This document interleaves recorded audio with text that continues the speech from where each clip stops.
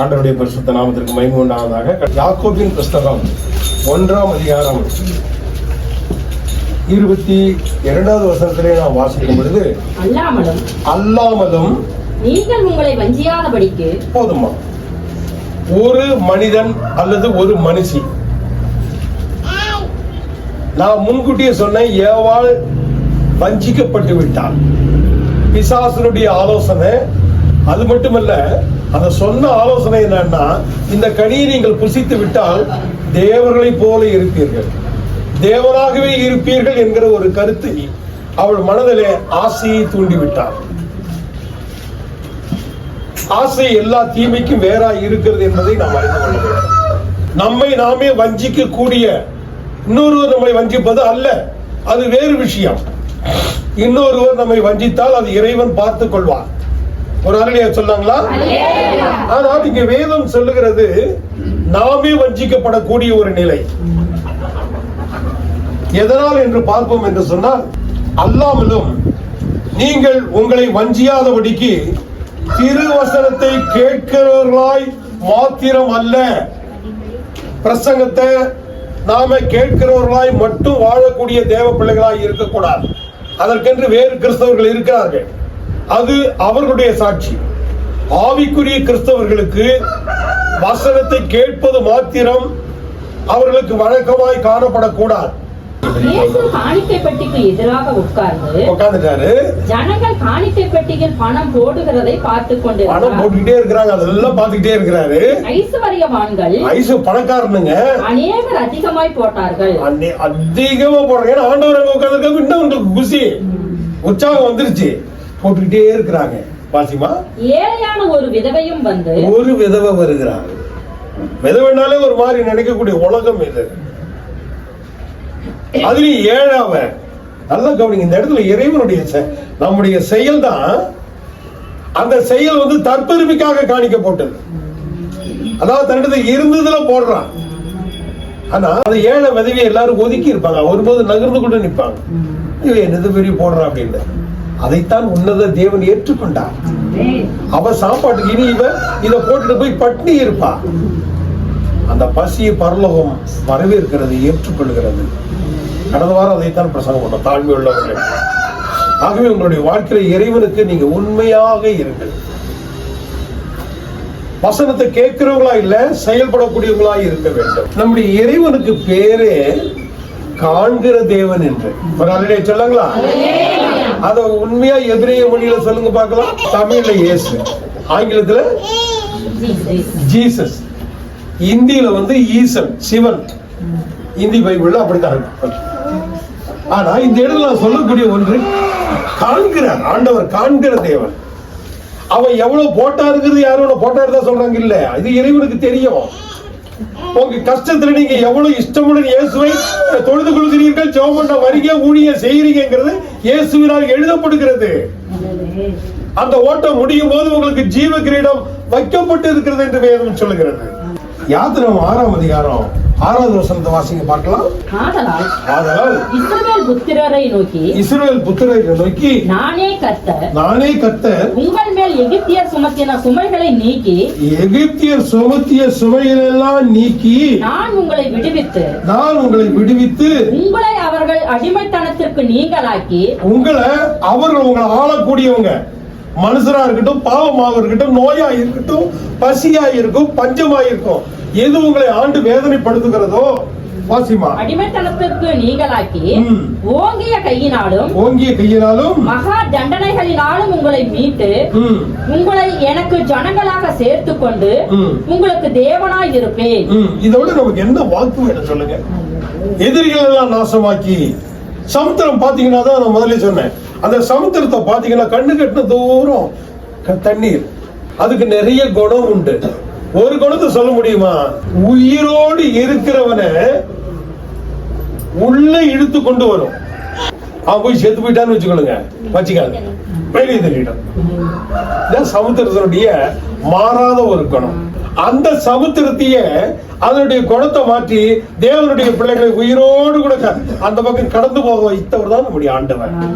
அவர் தான் யெகோவா, காண்கிற தேவன். ஆதியாகம புஸ்தகம் 22ஆம் அதிகாரம் 14வது வசனத்தை ஒரு வாசிங்க. ஆபிரகாம் அந்த இடத்துக்கு யெகோவா ஈரே என்று பெயரிட்டார். யெகோவா ஈரே என்று பெயர் வைத்தான். அதனாலே கர்த்தருடைய பர்வதத்திலே பார்த்து கொள்ளப்படும் என்று காண்கிற தேவன் அவர் பார்த்துக்குவாரியா. அதனாலே சொன்னாங்களா, இந்த ஜீவியம் உங்களுக்குள்ள வரணும். ஆபிரகாம் பேர் வைக்கிறாரு யெகோவா ஈரே. நீங்க ஒரு பேர் வச்சிருப்பீங்களா ஆண்டவருக்கு? காண்கிற தேவன் 2 காசுக்கு மொத்த மதிப்புக்கு 2 காசை போடும்போது புகழ்ந்த ஆண்டவன் உங்களுடைய செயலை கண்டு, என் செயலை கண்டு பெரிய ராஜா ராணியாய் ஸ்தானத்துக்கு உருவாக்க கடவுள் காத்து கொண்டு இருக்கிறார் என்ற அர்த்தம் என்று வேதம் சொல்லுகிறது. யெகோவா ஈரே அவர் பார்த்துக்குவாரியா. ஒரு ஆட்டுக்குட்டி வந்துருச்சாங்க. ஈசாக்கு பதிலா ஈசாக்கு வாழ்ந்தான் தலைமுறையா வாழ்ந்தான். அடுத்து ஒரு இடத்துல ஆண்டவர் பார்க்கிறார். ஒரு ராஜா நாட்டுக்கு வேணியா சாமுவேல் அனுப்புறார். நம்ம சரணன் அப்படிதான் சொல்லுவேன். சரண் அருமையான ஒரு பையன். ஆலயத்தினுடைய பணிவிடை செய்யறதுல ஒரு வருத்தம் இல்லாம இன்னைக்கு பார்த்து நாங்க நெட்ல அப்படியே போட்டு போயிருந்தோம். எல்லாம் கிளியரா செஞ்சிருக்கோம் பாருங்க. அது மாதிரி சாமுவேல் கிட்ட சொல்றாரு, போ அந்த வீட்டுல வந்து ஈசாய் வீட்டுக்கு போ, அவனை ராஜா வாக்கு அப்படின்னு உடனே அப்பா அம்மா அவங்களுக்கு ரொம்ப குணங்கள் ரொம்ப அதிகமா இருக்கும். உடனே ராஜா வாக்கு போறீங்களா, பட்டாளத்திற்கு போய் அவனை கூப்பிடு. ஏன் தாவீதுக்கு என்னையாச்சு? தாவீது குறிச்சு அந்த வீட்டார் ஒருத்தர் கூட இதே வரல பாருங்க, சிந்தனை வரல பாருங்க. இந்த இடத்துல தான் இறைவனுடைய கண்கள் காண்கிறது. அவன் எல்லாம் அற்புதமா நினைச்சிட்டு போன கவலையப்படாத. உன் ஆண்டவர் உன்னோட இருக்கு. உன் ஜெபத்துக்கு, உன் தர்மத்துக்கு, உன் காணிக்கைக்கு, உன் உபவாசத்துக்கு, உன் ஊழியத்துக்கு, உன்னுடைய தாகத்துக்கு இறைவன் தண்ணீரையும் ஆசீர்வாதத்தையும் கொட்டி கொடுக்க காத்து கொள்ள. பெரியவனை கூப்பிடுறான், சின்னவனை கூப்பிடுறான், 3வது நம்ம கூப்பிடுறான். 7 பேர் அண்ணன் தம்பி. இவங்க வீட்டுல போய் கூப்பிட்டு இவங்க பேரே வராது. ஆனா ஏசுனார் கூப்பிடுறாரு. இந்த தேசங்களுக்கு மத்தியில நீ வா அப்படின்னு ட்ரம் அடிக்கிறாப்ல. இறைவனுடைய சன்னிதானத்துல கடவுளுடைய பிள்ளைகளாகி நீங்க ஒன்றை தெரிஞ்சு கொள்ளுங்க.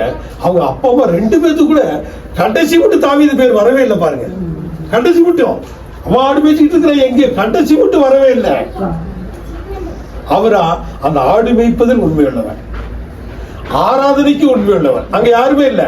அவர் ஒரு இதை எடுத்துக்கிட்டு வாச்சிக்கிட்டு ஆண்டவரை புகழ்ந்து நான் ஆவிகளை நடுவேன், ஆடுவேன், பாடுவேன், குதிப்பேன் அவர் காட்டுக்குள்ள குதிச்சுட்டு கிடக்குறார். நீங்க கவலைப்படாதீங்க. உங்களை யாரும் ஆதரிக்கல, உங்களை நேசிக்கலன்னு உலகத்தையும் உண்டாக்குற ஆண்டவருடைய ஆவி உங்களோட அவர் நேசிக்கல. நமக்கு வெறுப்பு இருக்கும், நம்மள நேசிக்கலே ஒரு தாகம் இருக்கு. கவலையப்படாதீங்க, இயேசு நேசிக்கிறதுனால தான் அவரெல்லாம் அப்படி இருக்கிறான். சாமுவேல் கேட்கிறார், அதனாலதான் சொல்ல வர இவ்வளவுதானா உங்களுக்கு பசங்க இல்லைங்க. இன்னும் ஒருத்தன் அங்க இருக்கிறான், அவன் ஆடு மேய்க்கிறான். சிங்கம் வருது, புலி வருது, ஆட்டை காப்பாத்துற உண்மையுள்ள ஊழியக்காரன். நான் எஸ்டிகாரங்களுக்கு அதான் சொல்லுவேன். இந்த சபையை காப்பாற்றுவதற்கு நீங்க இறைவனை வைத்திருக்கிறார். அவங்களுக்காக பலமுறை ஜெபம் பண்ணுவோம், பல காரியங்கள் உங்களுக்கு துணையா இருப்போம். ஆகவே தேவனுடைய சன்னிதானத்துல கர்த்தருடைய பிள்ளைகளே, இன்னும் ஒருத்தன் இருக்கிறான், அவரை போய் கூட்டிட்டு வாங்க சீக்கிரம். பாத்தீங்களா, தேவனுடைய பார்வையில் ராணுவத்தில் இருக்கக்கூடிய வீரர்களுக்கு மேலாக ஆடு மேய்க்கிறவனை கர்த்தருடைய கண்கள் கண்டு ராஜாவா ஆக்கியது. ஆமென். காண்றது மட்டுமல்ல, அவர் செயலில் உண்மையாயிருப்பார். நீ வசனத்தை கேட்கறது மட்டுமல்ல, செயல்ல உண்மையாயிருந்தால் இறைவன் உனக்கு பல 100 மடங்கு உண்மையுள்ளவராகிறார். அங்கெல்லாம் நம்மள புறக்கணிக்கிறார்களோ தள்ளுகிறோம், அங்கெல்லாம் நம் பட்சத்திலே ஆண்டவர் இருக்கிறார் என்று எடுத்துக்கொள்ளுங்கள். வெளிப்படுத்தின விசேஷம் 22ஆம் அதிகாரத்தில் பார்க்கும் பொழுது 13வது வசனத்திலிருந்து 12வது வசனத்திலிருந்து வாசிக்கிறோம். இதோ சீக்கிரமாய் வருகிறேன், அவனவனுடைய கிரியைகளின்படி அவனவனுக்கு நான் அளிக்கும் பலன் என்னோட கூட. நான் அல்பாவும் ஓமேகாவும் ஆதியும் அந்தமும் முந்தினவரும் பிந்தினவருமாய் இருக்கிறேன். நம்மள காண்கிற தேவனுக்கு நிகர் உலகத்துல வேற யாருமே கிடையாது. அவர் சொல்றாரு, என்ன சொல்றாருன்னா, ஜீவ விருட்சத்தின் மேல் அதிகாரம் உள்ளவர்களாவதற்கும் வாசல்கள் வழியாய் நகரத்திற்குள் பிரவேசிப்பதற்கும் அவருடைய கற்பனைகளின்படி செய்கிறவன். ஆண்டுடைய கற்பனை 10 கட்டளை. மோசையின் மூலமா கொடுக்கப்பட்டது. இன்னைக்கு ஒவ்வொரு சபையிலும் கற்பனைகளை எடுத்துக்கிட்டே கிடையாது. 10 கட்டளை நீங்க எழுதிக்குவானுங்க, அப்புறம் அதுலயே பொய் தான். 7ஆம் நாள் கும்பிடுறது இல்லை. 7ஆம் நாள் கும்பிட்டா உங்களுக்கு என்ன ஆகிட போகுது? அந்த அளவுக்கு பிசாசு அவர்களை வஞ்சித்து வைத்திருக்கிறான். காரணம் பணம் தான். இந்த பணம் கொடுக்கலன்னா அவன் அவங்க பாத்திர போவானா? அங்க விசுவாசியா இருக்கவே முடியாது. எதற்கு சொல்றேன்னா, நீங்கள் வஞ்சிக்கப்படக்கூடாது என்பதற்காகத்தான். 7 நாள் இறைவனை தொழுது கொள்ளுங்க, அது வேண்டாங்கிறது இல்ல. ஏன் 7ஆம் நாள் ஆண்டவர் படைத்த அந்த ஒரு நாள்ல இறைவனை மனப்பூர்வமாய் நீங்கள் தொழுது கொள்ளுங்க. ஒருவேளை இந்த வசனத்தின்படி கற்பனைகளின் படி செய்கிறவர்கள் பாக்கியவான்கள் போது இந்த வசனத்தை வச்சு நியாயம் தீர்த்தா ஒருவேளை நரகத்துக்கு போயிட்டோம்னா என்ன ஆகும்? ஆகவே தேவ சமூகத்துல நம்முடைய இறைவனை 10 கட்டளைகளின் கற்பனைகளின்படி தொழுது கொள்வதற்கு நாம் ஆயத்தமாய் இருக்க வேண்டும். அதாவது வேத வசனத்தில் சொல்லப்பட்டிருக்கிறது என்னன்னா, கடைசியா பிரசங்கி 12 எடுக்குமா பார்க்கலாம். காரியத்தின் கடைத்தொகை 12:13 வாசிக்கிறோம். காரியத்தின் கடைத்தொகையை கேட்போமாக தேவனுக்கு பயந்து அவர் கற்பனைகளை கைக்கொள், எல்லா மனுஷர் மேலும் விழுந்த கடமை நீ அந்த விதவை போல, தாவீதை போல, நோவாவை போல உன்னை சரியா எடுத்துவதற்கு திருவசனத்தை கேட்கிறவர்களா இருக்காதீங்க, செயல்படுகிறவர்களா இருங்க. கர்த்தர் ஆசீர்வதிப்பார்.